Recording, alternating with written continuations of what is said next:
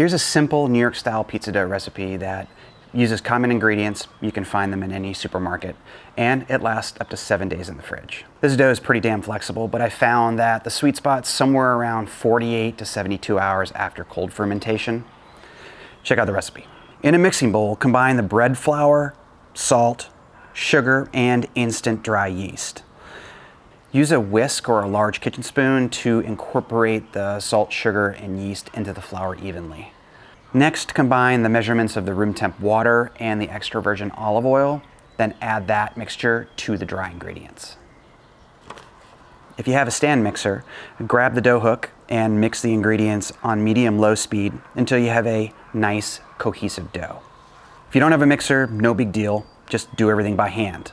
I've posted plenty of videos where I've done this. It's a little messier, but very easy to do. Once the dough comes together, cover the bowl and let the dough rest for, 10 to 20 minutes or so that the flour can start to hydrate a little bit. The dough is going to smooth out and soften a little bit, and that's going to make it easier to knead. This pizza dough is 60% hydration, so it's fairly dry, it's not sticky, and it's really easy to knead by hand. 5 minutes of working the dough is really all it needs. See what I did there? Then let it rest for another 10 minutes so the dough has a chance to relax. Shape it into a ball, place the dough in a lightly greased bowl, cover, and let it rest at room temp for 2 to 3 hours. In my house, the ambient temp hovers around 70 degrees Fahrenheit or 21 degrees Celsius. If your house is hotter, then rest the dough for less time, and if it's colder, rest it for longer. Portion the dough into 300-gram pieces, then roll them up into a ball. You can tuck the dough under and into itself like I'm doing here. You can also roll the dough around on your counter to get a smooth ball. Pinch the bottoms closed, then place each ball in a lightly greased container and cold ferment the dough until you need it. Pull the pizza dough 2 hours before you want to bake so it has a chance to warm up a little bit. This will make it a lot easier to stretch. That's pretty much it. Now, again, the sweet spot for this dough is somewhere around 48 to 72 hours after cold fermentation, but you can use it as soon as 24 hours or up to 7 days after making the dough. So here we are on Saturday, and this dough was made on a Wednesday, okay? That's about 72 hours. All right, made it on a Wednesday afternoon, Saturday afternoon. There you go. If you're counting days, it's day 4. And I'm just gonna press all the gas out to the edge of the pizza dough rather. A little stretchy stretch with the knuckles. You wanna try to get your dough uniformly thick, all right? All right, that looks like about 12 inches, especially when I pull it up onto the peel, it'll stretch a little bit more. This is just a San Marzano tomato sauce, raw San Marzano tomatoes, and I strained all the liquid out of it, or a lot of the water basically, to thicken it up. There you go. It's about time I got a sauce ladle, huh? There we go. That looks great.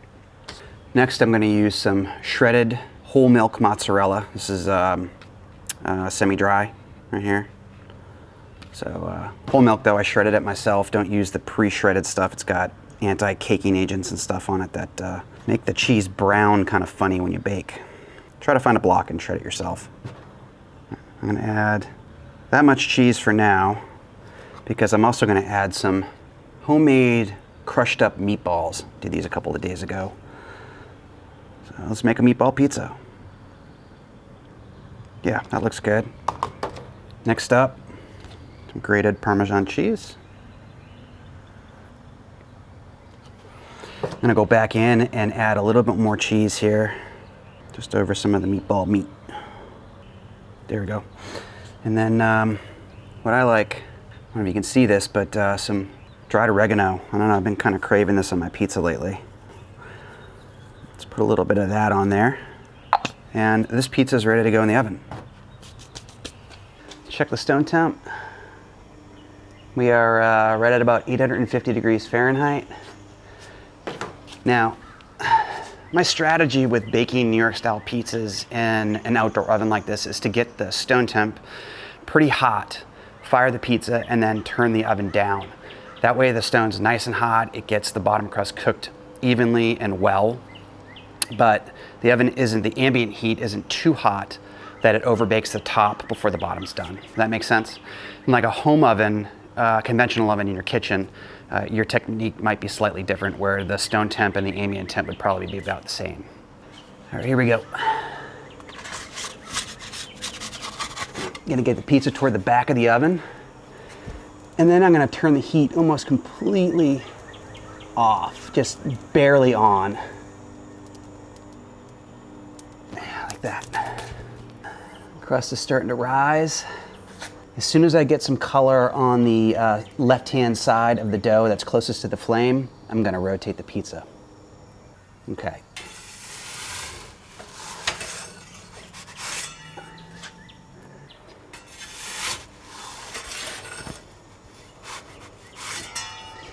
Trying to keep the pizza toward the back of the oven. The front of the oven here is a little cooler, so I get a more even bake toward the back. Bottom crust, can you see that? Looks pretty good. Really digging this Pizza Party Bologna oven. I got a lot of space on the inside to bake pizza. In fact, I've tried cooking 2 at a time. Did a pretty decent job. Definitely need a little bit more practice on that. But the oven's fantastic. There you go. I think we're pretty close here. Yeah, I'm gonna need like another 30 seconds and then we're ready to roll. All right. Can you guys see that? Ah, man, it's too hot.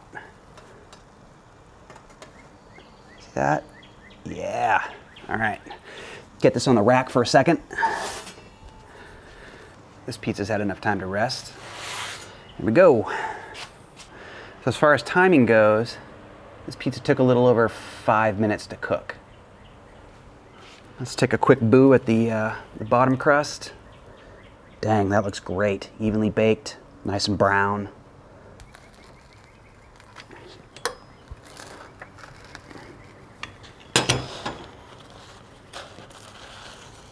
Oh, yes.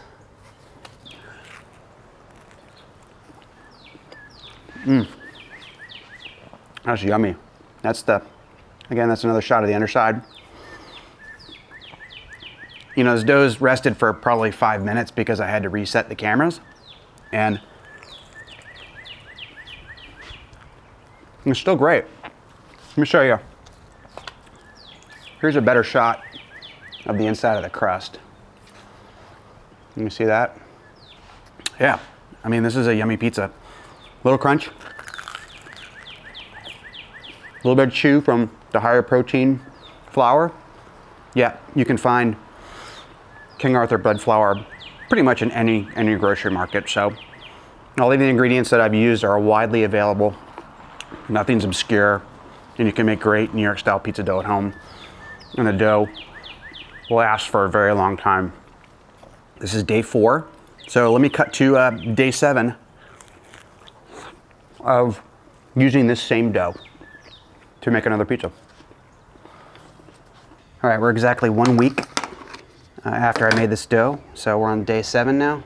This is what it looks like. It's definitely proofed more, but should still make a great pizza. Same technique, just pressing all the gas out to the edge. A little stretchy stretch here. There's my knuckles. You can still see I'm definitely, I'm not babying the dough by any means. It's still got some elasticity to it. San Marzanos, just like before. There we go. This is that same semi-dry whole milk Mott's.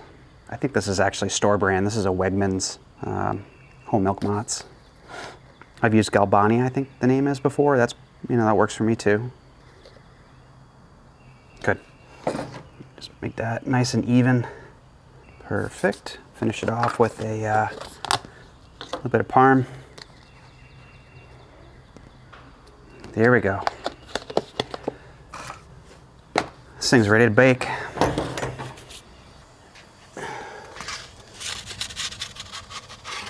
Pizza's going toward the back. And I'm going to lower this flame down to almost nothing. All right, getting some color on the left-hand side. Rotate it. All right, let's take a look. Pretty yummy. Outer crust looks great. Let's let this rest for a second, take a peek at the bottom. All right, guys, this is a 7-day fermentation, so a week. And you can tell, especially on this side right here, that the outer crust is darker overall, like evenly more brown. And I think that has to do with the additional sugars that the yeast created during that longer fermentation. Let's take a look underneath. Man, that looks pretty nice. Yeah. Let's cut into it.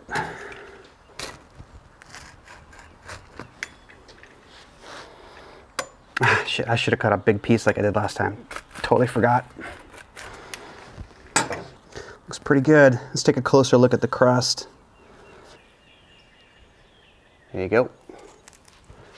Yeah, it's got a little bit of flop. It's sitting around for a little bit. There you go. Looks pretty good.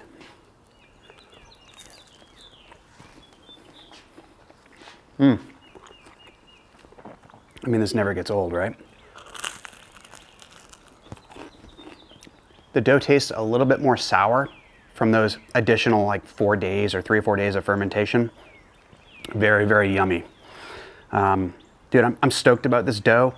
The fact that it lasts a week in your fridge makes it super versatile. Cook it on 24 hours after or a week after. Produces great pizza. If you have any questions, concerns, hit me in the comments below. Thanks for watching. Catch you next time.